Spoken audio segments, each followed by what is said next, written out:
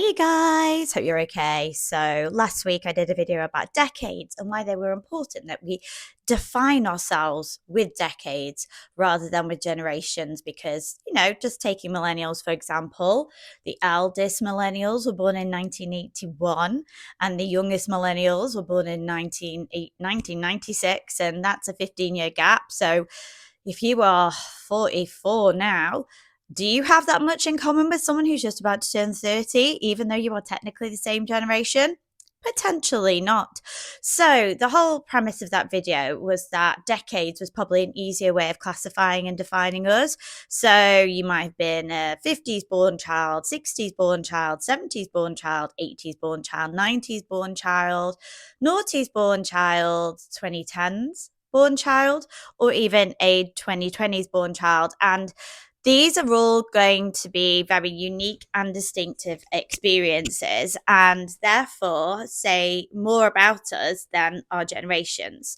So this week's video is a little bit of a kind of look at what those particular decades might have released upon the world. So I am going to go 70s, 80s, 90s, noughties, 10s, kind of. I'm not really going to maybe go to 2020s because like the youngest 2020s are like not born yet and the oldest 2020s are only 6, and I don't think we've really got much in the way of defining stuff for them, although I'm sure defining things have happened to them, especially if they were the children born during 2020 when COVID was rife and nobody got to visit them, and there will be, Anyway, I'm waffling, but I think you get what we're getting at here. So I'm going to look at those decades, and we're going to kind of look at what the cultural zeitgeist was, like kind of the habits, the patterns of behavior, kind of the things that generation or that decade of child growing up would have experienced at that phase of their development. Does that make sense? It does to me.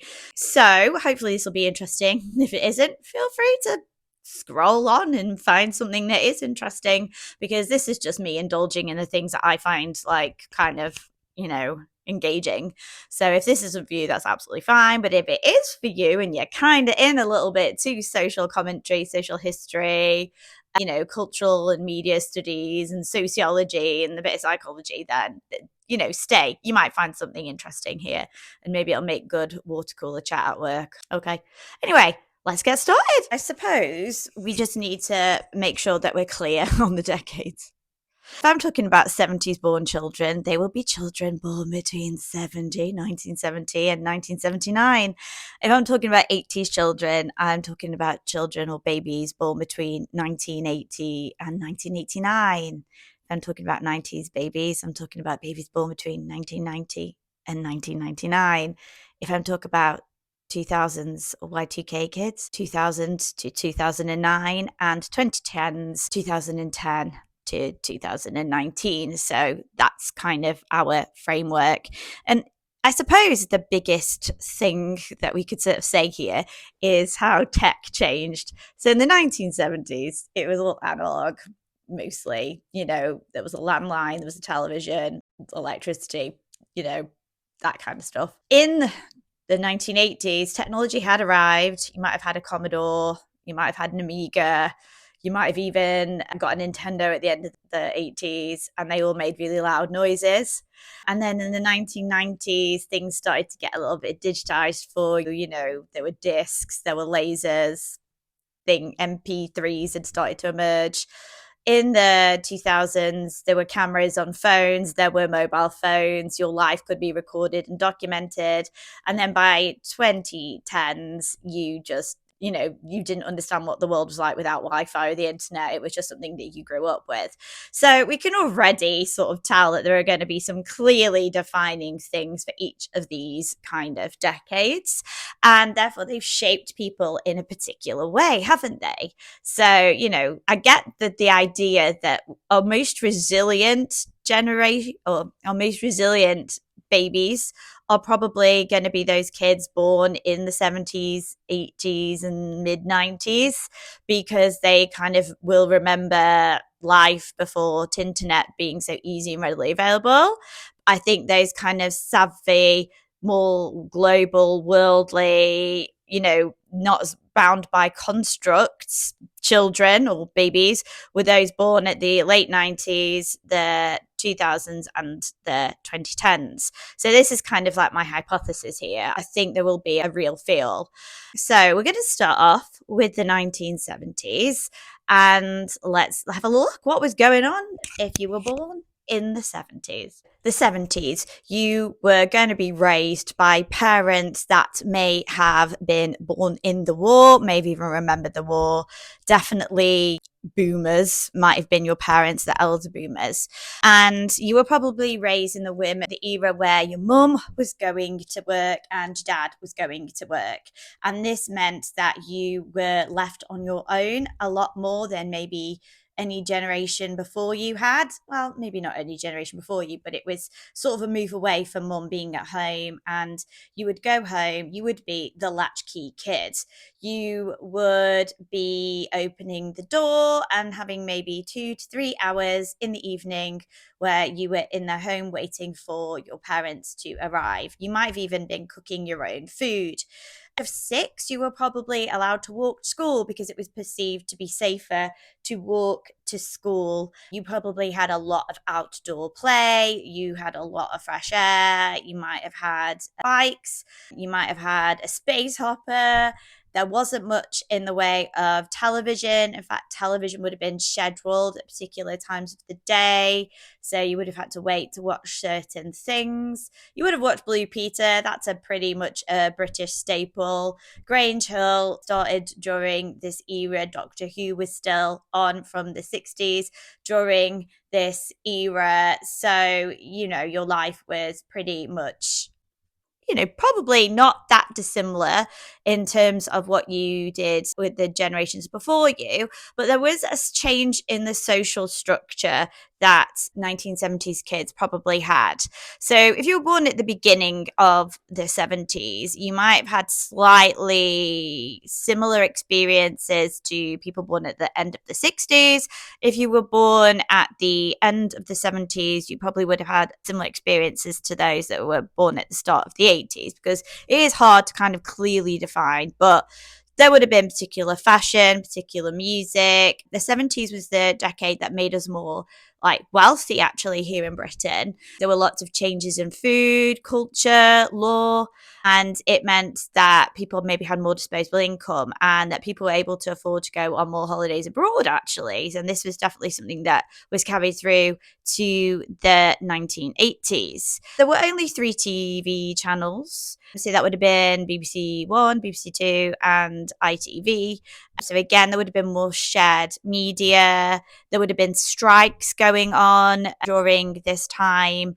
And there might have even been, big power outages or shortages. There was a lot of not climate change, but there was a lot of political strife going on, in which kind of, the unions and trade unions and the political parties were kind of fighting on.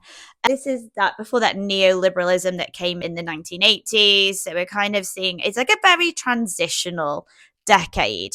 And I think one of the things that you could probably tell about somebody who was born in the 70s is that they're kind of practical, very pragmatic, very independent, and they kind of just go through things and experience them without much drama, very much kind of, they just can sort of, keep calm and carry on, almost maybe a bit like their parents that raised them. They maybe had more strict rules that, maybe we were seeing the remnants of the not children should be seen and not heard kind of generation, but, certainly children, I suppose we were emerging more and people were focusing on things like parenting a little bit more, but maybe not in kind of the same ways they did in the 80s, the 90s, the noughties, and the 2010s.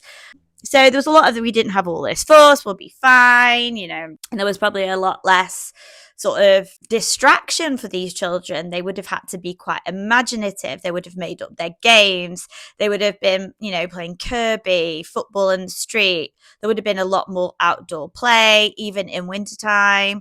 Parks would have been a big part of it. Playgrounds were designed for children, play groups. So there wasn't a technological childhood. It was very much just a standard, typical pre-digital time periods.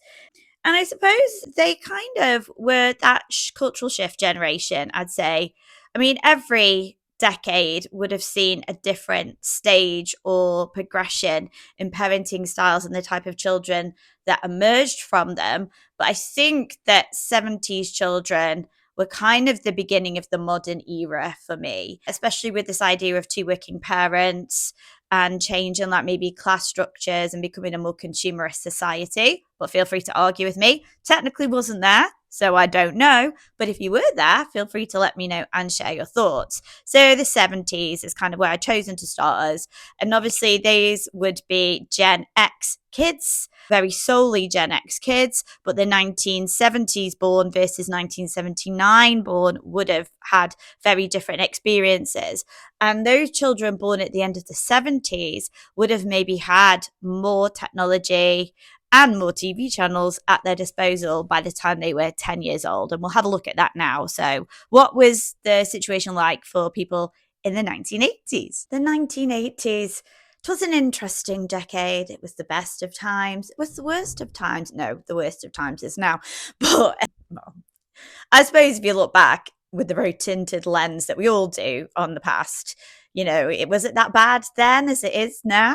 The threat of war, the Soviet curtain, the AIDS crisis, increase in divorce. Yeah, the 80s. Right. The greed is good era, Reaganomics, all of that kind of stuff. So I might have been a little bit sparse on the 70s, if I'm honest, just because I wasn't there.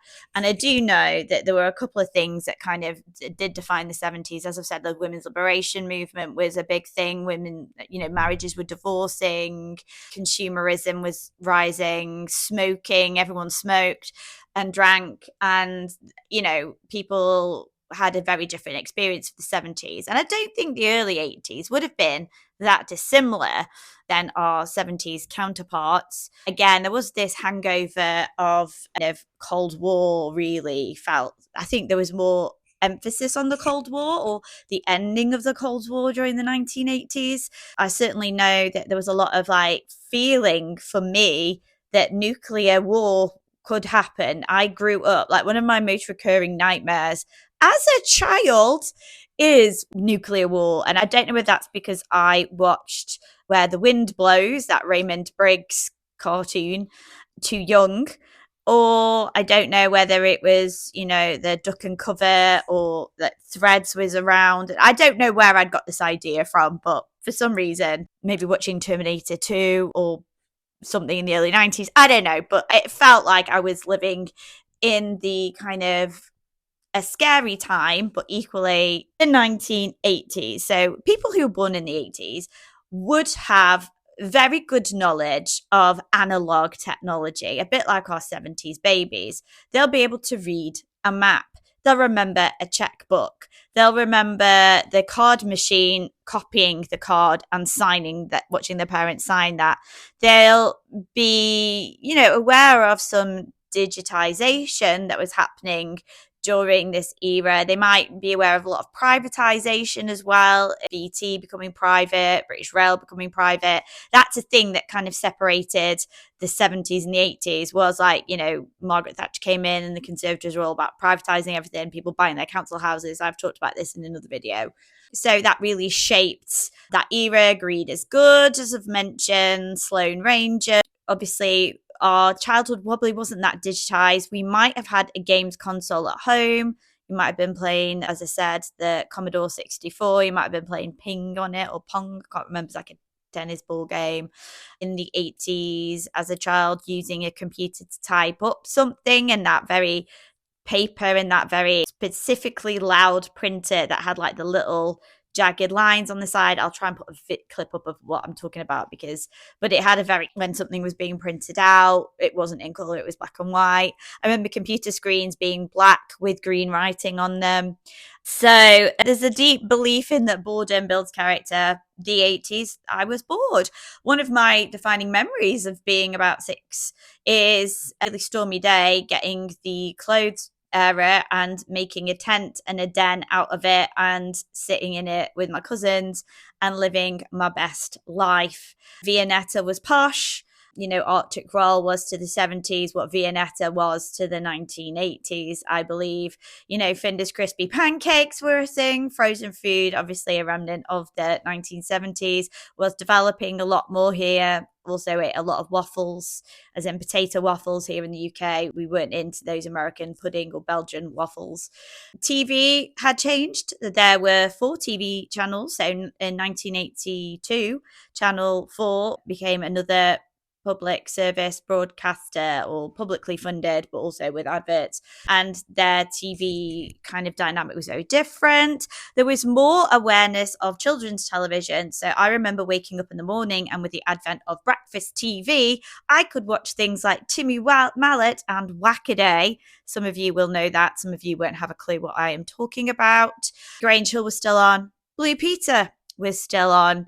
The Really Wild Show. So there was like broadening of children's TV programs. So they were kind of more educational. John Craven's News Round still had John Craven in it, but that had started in the 70s and had continued into the 1980s of TV shows that were designed around children and dramas for children and current affairs programs for children. I loved watching Going Live with Sarah Green and Philip Schofield and Gordon the Gopher. Tiz was as well, although I'm not sure if that started in the late 70s, but that, again, it kind of predates me, but that was definitely on in the mornings at the early 80s, I think. So yeah, things were moving on. Sky TV arrived at the end of the 1980s. So again, that consumption of public and private media was starting to develop. Nintendos were landed towards the end of the 80s. Tech really advanced. Sony Walkman. M&S created the sandwiches that we all know and eat now, and the famous meal deal was born, or at least the sandwich that forms part of the meal deal was born, again reflecting as we became more consumerist. The Berlin Wall came down at this time. The Cold War kind of ended. Nelson Mandela was released from prison, or was that 1990 actually? I'll have to check on that. So there was a lot going on, and 80s children still didn't have digital things, although they might have been watching VHSs or BMX, depending on what they had at home. And VHS won out in the Betamax versus VHS.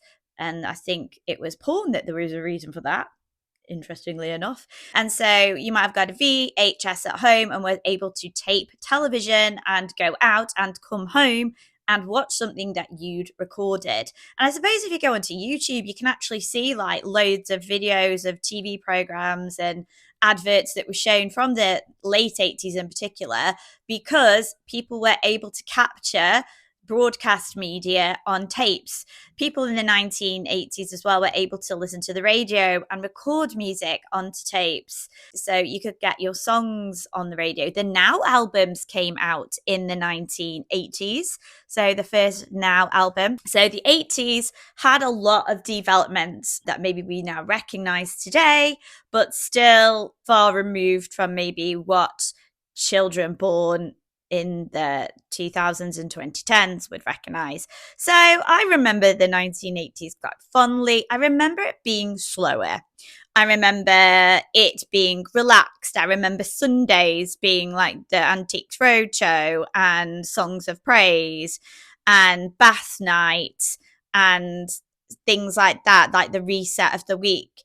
Yeah, the 1980s, great era to grow up in, great era to be born in. So if you were a 1970s born child, you would have been becoming a child in the 80s, or even might have been a teenager in the 1980s. So you might remember like smash hits. You might have had, posters on your wall, been very into music. So there was a lot of things that were going on. 80s were a pretty great decade, to be fair. So what came after that? What would have shaped the 90s born children? Car seats. Seatbelts arrived in the 1980s. However, the law for seatbelts started, I think, in 1983, that you had to have a seatbelt in the UK in the front. And then my parents were quite early adopters of seatbelts in the back. Like I grew up with seatbelts in the back. However, Anna had a baby car seat as well, although it was very common for babies to be chucked on the back of the 80s in a kind of bassinet and hope for the best. But by the 90s, if you were born in the 90s, you would have had a car seat, and that car seat would have been attached to the car, probably via seat belt. So there was that kind of safety. There was probably more knowledge about baby sleeping habits as well, maybe more studies into kind of like child's health and development. Psychological books were probably more available, sleep training. So I think we started to see a little bit of a change. Now, you've got to bear in mind that some of the parents of the 90s would have been younger boomers and would have been those 1970s born children, potentially. They might have started to have families in the late 90s in particular. So we're kind of starting to see the cycle of life pattern here. So the 1990s kind of, for me, were quite colourful, and the technology that kept developing. So CD players were starting to become part of the common experience. VHS was still like going, and towards the end of it, DVDs, cable and satellite television, and in the early 90s, Tinternet arrived. Yay, World Wide Web, 1993. Whoop. However, did it really take on? Not so much, probably till the mid to late 90s, and it would have been the 1980s children that probably would have been engaging with it as teenagers more so than children themselves. So again, we're not as tech reliant as children in the 1990s. We're watching Playdays, aren't we? Are watching Teletubbies. Those were big cultural TV programs of the time. We were listening to dancing to the Spice Girls and pop music. I do feel that this era, I think in the 80s, actually, this is where it started with Rainbow Bright and Care Bears and Cabbage Patch Kids. But this idea of consumerism, which again seems to be the thread of this, is that the 90s we became really aware of we could sell things to kids. So we could, toys were marketed at children, TV programs, films marketed at children. I feel like there was a lot of good TV for children and film. Mrs. Doubtfire is a big, it was based on a children's storybook but was made into a film. I feel like the films were a little bit more aware of like good moral messages, whereas the 1980s kids films, Goonies, The Neverending Story, Labyrinth, those kinds of films. I think 80s films, Last Unicorn, they have a bit of a sinister, The Land Before Time, Jesus wept. That upset me. I cried at that. Those kinds of films seem to be very emotional and kind of hard, whereas the 1990s kids film, it was a good point for Disney, to be fair, with the like Little Mermaid sort of coming at the borderline there, and then we got like Aladdin and Beauty and the Beast and the Hunchback of Notre Dame and Hercules. And so the Disney outpouring, Disney seemed to be a big thing. I think Disney was bigger maybe in the 90s than it had been at any other point before.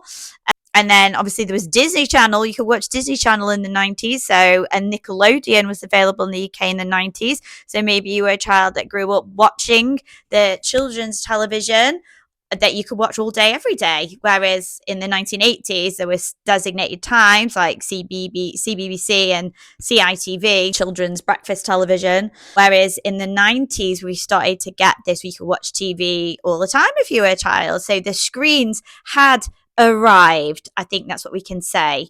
Were we still playing outside? Of course we were still playing outside. We were riding our bikes. Yes, we might have had rollerblades instead of roller skates. You would have still been playing with Barbies. You would have been playing with action figures, mini micro machines, but you might have had a Sega Mega Drive. You might have had a Game Boy and been playing on Tetris. And by the end of the 90s, you might have even had a PlayStation. Tamagotchis might have been something that you had as a child. And we started to see at Christmas time like these big toys that people absolutely had to buy.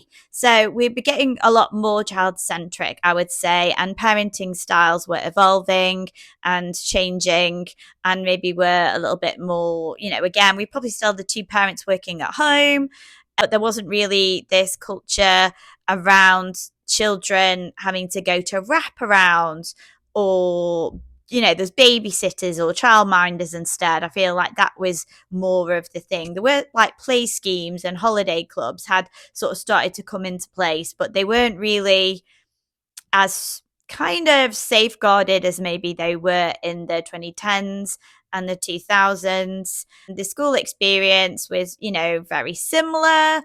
Kids had uniforms, school dinners, there were trends on the playground like pogs. So, yeah, I think that the childhood in the 90s was fun. I think it was creative. I think a lot of media was being targeted at children. If we see the Spice Girls, they were very much marketed at children as much as anybody. And you could buy the Spice Girls dolls, and children going to concerts, I feel, became, I mean, I know this had happened in the 70s. Teeny boppers have been around forever, but I feel like it got a little bit younger in the 90s. And I think we started to see maybe parents wanting to recreate fun childhood experiences that maybe they'd missed out on in their own childhood for their children. So I feel like children born in the 90s, or people that lived through or had youth in the 90s, were maybe experiencing this themselves. There was, I think these are now obviously people that are in their 30s if they were born in 1990. They are grown ups that their youngest that might be 27.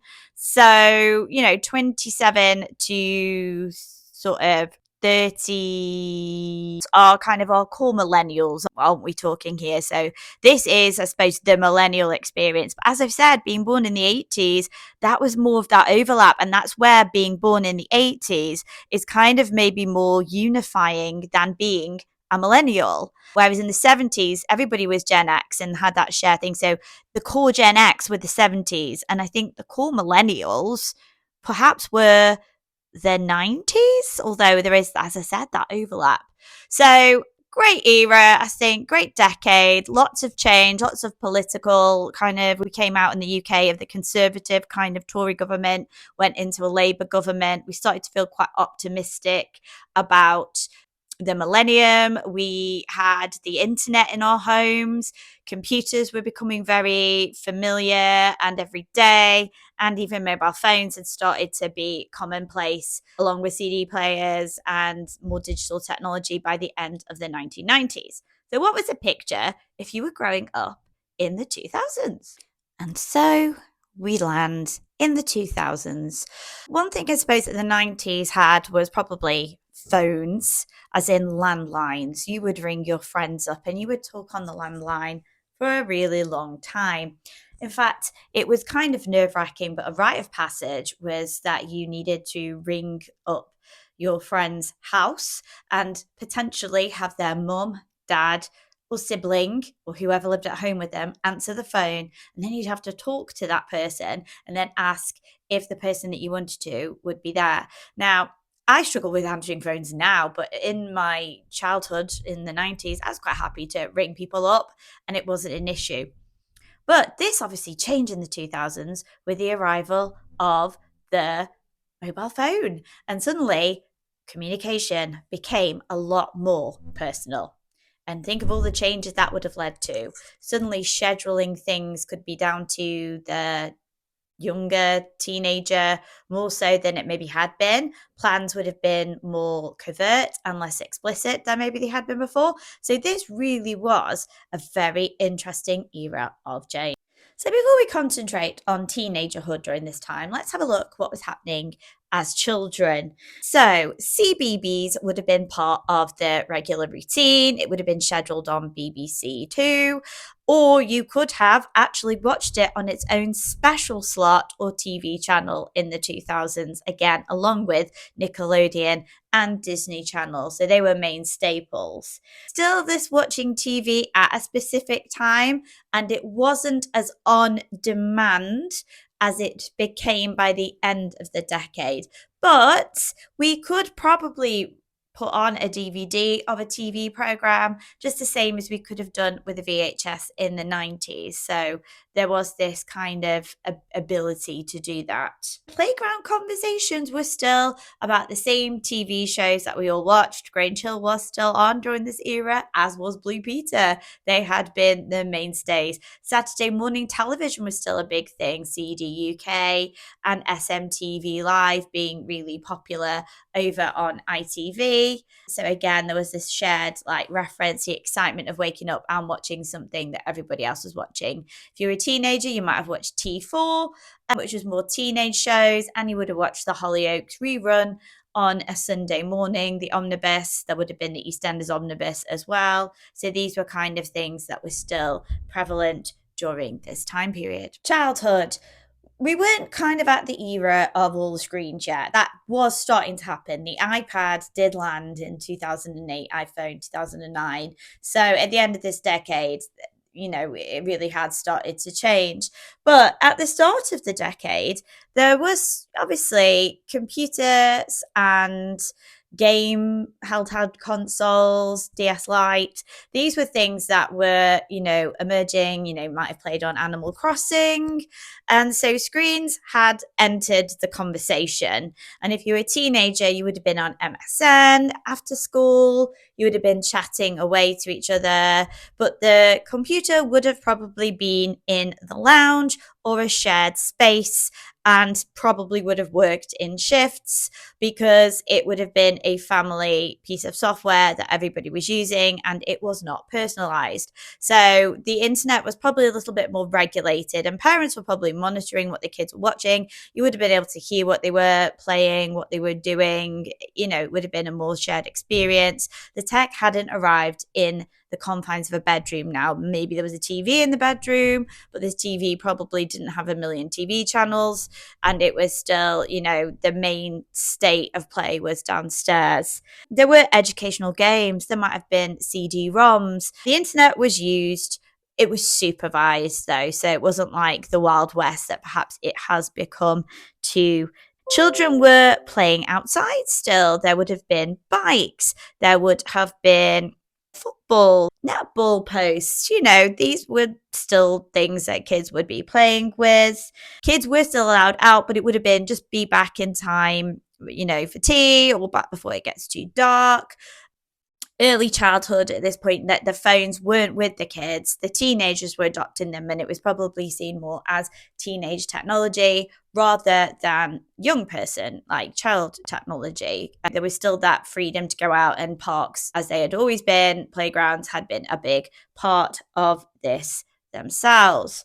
So school experiences were still predominantly analog. There might have been a couple of computers in the room, but there wouldn't have been enough for everybody, especially in primary school. There would have been ICT rooms or IT labs in the early 2000s and IT lessons, but they would have been helping you to learn software, programming. Maybe we're still learning how to use a database like Access. You were maybe doing a bit of coding, but predominantly it was still like using Excel and Word and things like that. There was less structured safeguarding language, although this was the era that CBS checks came in because of some heinous crimes that had happened. There was a lot more about safeguarding that was emerging because of some really horrific incidents that had happened to children, and the kind of language around schools had started to change, and child safety was becoming a lot more prevalent than perhaps it had been in the previous 30 years. Strong routine, clear authority, and achievement measured traditionally levels, stickers and certificates. We weren't kind of in this progress era of data, which obviously very much arrived in the 2010s. This is obviously the era that I started teaching in, so I can kind of remember some of this for myself. Adults felt less visible in children's social worlds. They were starting to figure things out for themselves, especially when you've got that tween age. So the tween kind of came out of this era, and the tween was this idea of those 8 to 12-year-olds, or the preteen market, and that was kind of considered its own separate age group than like the 8s and unders or the preschoolers. And I suppose we've got this clear definition of the time frames of childhood that perhaps hadn't really existed when I was a child in the 80s and 90s. So we kind of get more clear definition then. There was less comparison. Parents weren't scrolling on phones themselves. So maybe parents were a little bit more present and engaged. There were a lot more activities being done with children. Boredom was normal and creativity came from it. And this obviously was very similar to the decades that had gone before, the 90s, 80s, 70s. And childhood, though, I think started to feel a little bit more separate from the adult world. And I think the phones in teenagehood had maybe created this change because suddenly there were younger rites of passage that maybe hadn't happened before, like getting your first phone was suddenly something that was expected. And as I've said, when I started teaching in 2006, 2007, teenagers or 12-year-olds had phones were there. They were very present. And so suddenly this would have been something that you would expect to have to go to high school with, whereas this probably wouldn't have been happening, as I've said, in the 1990s. So that was kind of an interesting thing as well. So what makes this cohort unique? They were the last group to have a mostly offline childhood. So the 2000s children born were off the internet. They didn't have screens in their faces. Maybe those that were born in 2009 and 2010, but the screens might not have arrived till they were 6, 7, 8. And again, it probably gave them a little bit more scope to develop differently than the children that were having the screens in their faces from birth. And growing up in 2000s was very different. So the teenage experience and the childhood experience have always been different, but the teenage experience was online. It was MSN. It was messaging. It was having phones. It was texting. These were very much what was going on. YouTube came out at this time. Facebook was coming out. Bebo. There was a lot of social media that was sort of coming on in online shopping and things that hadn't existed in the 1990s. So the 2000s teenagers were having very different teenagehood to the 1990s teenagers. Hence why this millennial era, I don't think the 90s are like, I think the Gen Z experience is more 2000s and 2010s than, it's difficult, isn't it? Because if we're thinking of the oldest Gen Z or Gen Z, they were born in 96. No, they were born in 97 and they will be 29 now. Whereas the youngest Gen Z or Gen Z are teenagers and are probably just in sixth form or maybe year 11 at the absolute youngest. So again, I think Gen Z's time isn't the 2000s. I think it's predominantly the 2010s. And this is why we've got like that millennial overview there, haven't we?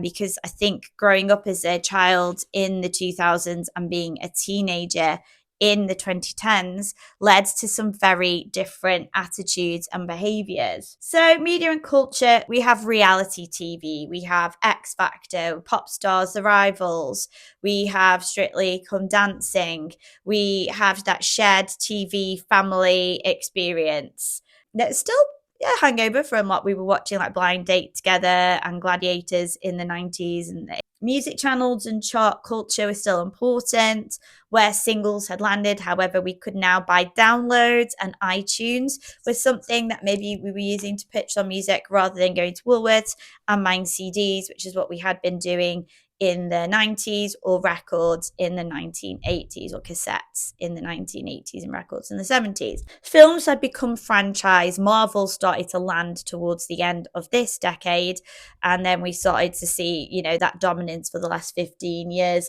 or so in particular. Celebrities were less like accessible and more distant. So there was a lot of enigma around celebrity, like there had been. This was before we started to get like online social media. Social life was split between real life and this early online experience. And the teachers themselves might have just been catching up with this technology and learning to utilize it in schools. Okay, so this was an era of optimism and the last kind of pre-screen era. So the 2000s kids had a pretty nice childhood, it would seem. But what happened in the 2010s? Final decade, then, the 2010s. So this will be children born in 2010 up to 2009.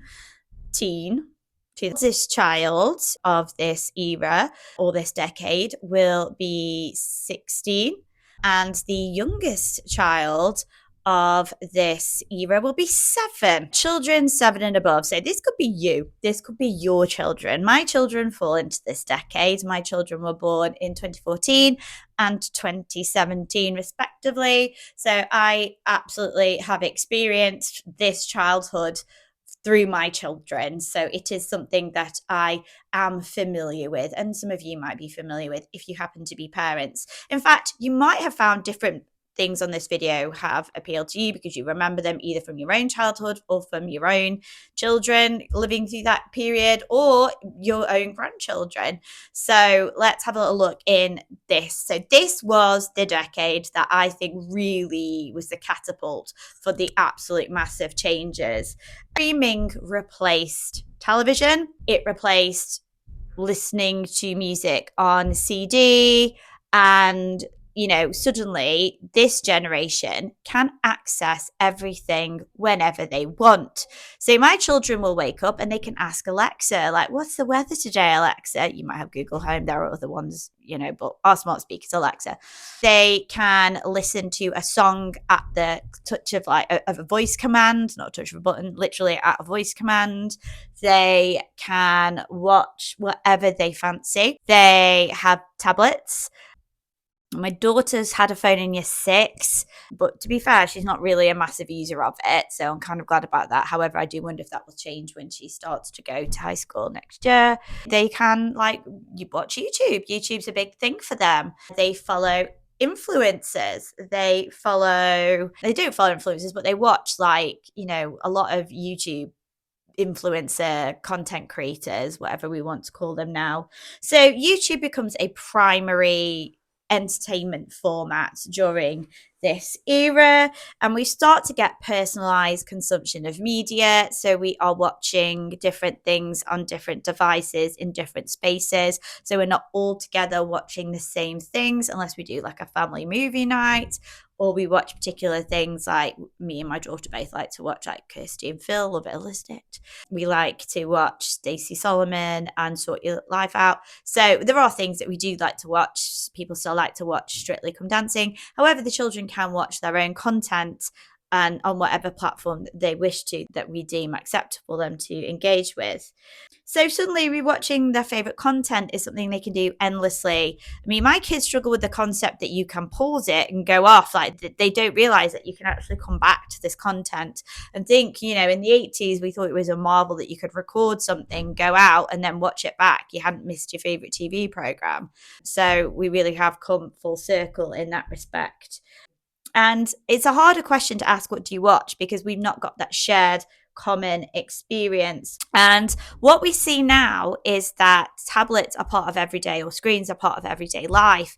And it's gone from a treat being allowed on the internet in the evening after homework to actually just being something that is everyday and accessible. And even poor income homes would be able to watch. Play also became more hybrid. So it's obviously the same sort of toys. Kids still have dolls. They still have Lego. They still have cars. They're still playing with the same things, colouring books. However, there might be more hybrid. They might be drawing on their tablet and colouring in because it's less messy, for example. Or there's a car journey and it's more easy to play it that way. They might be playing more online games, or games that might be teaching them literacy skills, for example, if they're younger children. And kids can actually swipe before they can write. And I think this is having a little bit of an impact. I do think we are seeing a generation of kids now that really struggle with handwriting because they are so used to that instant gratification and instant accessibility that having to do the work is kind of posing a little bit of a problem. Sorry, guys, it's true. You guys don't want to read or write. You just want to click a button and have the answer. So, voice assistant, smart tech, I've mentioned that. Early exposure to coding and digital tools. So, they're pretty savvy in that respect. Again, they are the digital natives and they work their way around things a lot more like confidently than maybe the generations or the decades, people of older decades. There is no clear offline boundary. There is less clear clarity between online and offline unless parents choose to enforce this, unless they are strict with this is play, these are toys, this is the garden, this is the climbing frame. There's less if parents aren't doing that, the child's entire world can be entirely screen. And recently, the government have sort of put recommendations in that children under 5 should consume no more than 1 hour of screen a day. But I think there are lots of children that might be having 4 or 5 hours of screen a day, especially when parents are busy and they're cooking a dinner and it's on in the background, or they can't be supervised in the same way, so they can sit them in the high chair. I mean, you can see how it happens. I'm not condoning it. I'm not saying it's like good or bad, or I'm not condoning or condemning, but I can see how we've kind of arrived here because of the intensity of like everyday life, and it takes very stringent, very careful boundary setting and consistency in order to maybe keep our children off the screens and to keep their childhood real and engaged and real world experiences. Are we going out in the garden and planting plants with them anymore, or are we just putting them on a screen because we can go off and do other things? Are we on the screens ourselves? I don't know. These are questions for a different time and a different video. We've said there's a lot more strong safeguarding and SEND need, very child centric, the nurturing children, realizing damaging different types of behavior. We know about attachment styles. Parenting's really very immersive. Maybe some people have said a bit permissive parenting. We haven't been as stringent or as disciplined as maybe parenting had been in the previous generations. The kids are definitely more protected and more supervised. Year 7s are getting dropped off at the door like reception children now. That didn't happen 10 years ago. So these 2010s kids are a lot more infantilized. They act a lot younger. I hate to say it, but year 7 and 8 do act more like younger children than I have previously seen in my profession. It's a complicated time period, isn't it? But I definitely think we are infantilizing our children, but also exposing them to some very adult things. And it's kind of created this precocious, infantile, like they've not got the emotional maturity or well-being, and they're very dependent. And some of the resilience and independence that previous generations have had that would have been able to handle the precocious adult experiences aren't really being able to happen now because the children haven't, everyone's had a participation trophy. No one's been given clear boundaries. I mean, I don't mean to criticize my children of this generation, and there's some brilliant things about them, but equally there are some things that are concerning, and I think it's all going to sort of come out in the next couple of years when we start seeing them enter the workforce. Less physical independence in previous decades, early awareness of being watched. They can remember their childhood. They can watch their baby steps. They can see their gender reveal videos if you choose to make them. They can capture, dance routines, first birthday parties. Everything is available online, and because most of these children were born when online was very common, their childhood has been captured. Childhood shaped by both care and control. Helicopter parenting is definitely a term that has emerged in the last 10 years and obviously comes out of this decade in particular. Social media became part of identity. So that was like the younger kids' experience, but the teenagers of this time were exposed to Instagram, and by the end of the decade, TikTok generation is definitely what we're dealing with here. So it became about being curated and visible. The word aesthetic has happened to really catch on in the last few years and has created this idea of style and cultivation that I don't think any generation before them, or decade or childhood decade, has had before it. There doesn't seem to be that awkward teenage phase anymore, which I think is important. You're supposed to have your glow up in your late teens, early 20s, when you know yourself. You're not supposed to go into it glowed up. Don't get me wrong, the fake tan girls is still a bit too much. And this mullet haircut that's going on isn't great, guys. But friendships can be maintained digitally, but maybe online bullying and the issues with being online or chronically online is definitely there. Drama moves fast, spreads quickly. It can be really hard, which I think has led to heightened emotional states.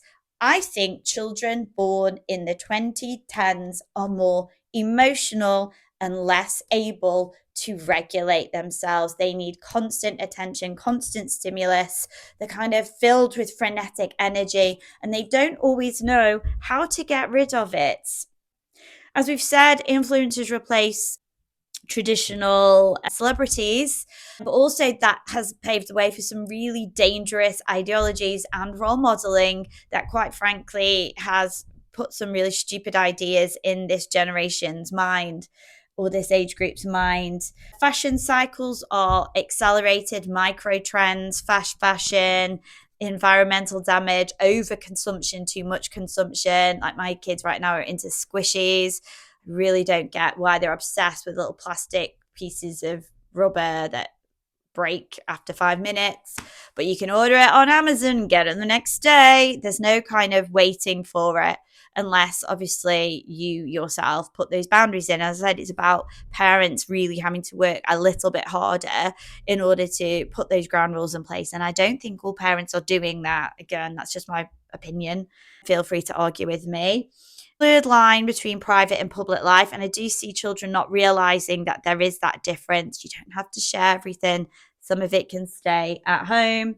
Earlier engagement with big issues, though, so maybe more children are aware of these big issues. We've got more climate activists, more LGBTQ plus allies, children that understand their sexual identity way younger than previous generations have, because they've had exposure to this information, rightly or wrongly. It's a double-edged sword. With one hand, it gifts, with the other hand, it destroys.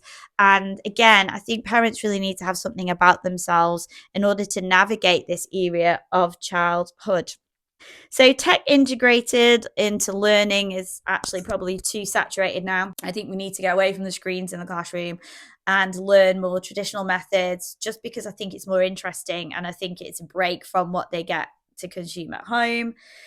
Awareness of digital footprints, more structured guidance around well-being and safety. And so it was childhood first, internet later in the year 2000s, but we are now looking at internet first, identity later. And I think we're going to see the problems from that coming a lot later. So yeah, the 2010s. It's a mixed bag. It's both amazingly positive. Children were still going outside and playing. They still go to clubs and sports. But I think it's down to parenting here.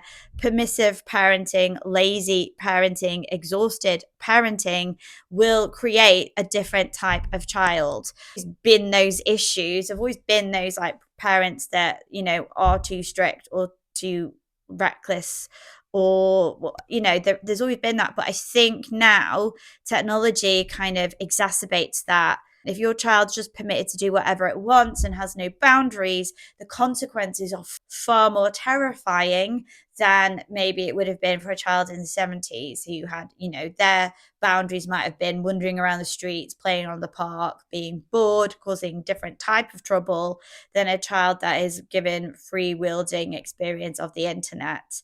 So yeah, what do you think about that? Let me know your thoughts. This has been quite an intense video. It's probably been a lot longer than I anticipated. There's quite a lot to unravel and dig through. So did I get your decade of childhood / teenagerhood right? Again, you obviously know that I was a child in the 80s, early 90s, and a teenager in the late 90s, sort of very early noughties. So you can kind of see like the sort of era that I grew up in and how I kind of developed. But, have I got your era right? Are there things that I've missed out? Are there things that I should have talked about that I haven't? Or have I captured it very accurately? Do you agree with what I've sort of said about these decades and how they have shaped identities and individuals? Do you think, again, these are far better to look at the decades rather than the generations? The last decade is the Gen Alpha, isn't it? Like literally 2010 to 2019 are all Gen Alpha children.